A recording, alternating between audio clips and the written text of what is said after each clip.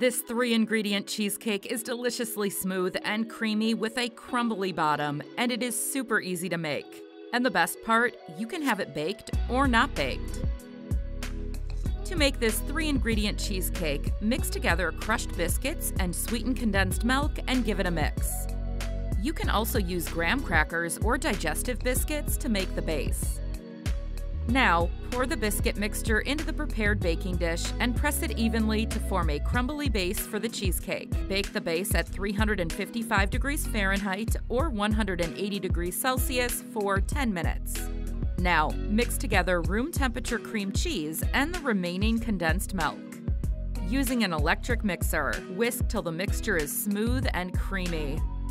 Then pour the cream cheese and condensed milk mixture on top of the cooled biscuit base and bake at 340 degrees Fahrenheit or 170 degrees Celsius for 40 minutes. If you want to make a no-bake version of this cheesecake, then keep it in the fridge for at least 5 to 6 hours or even overnight before serving.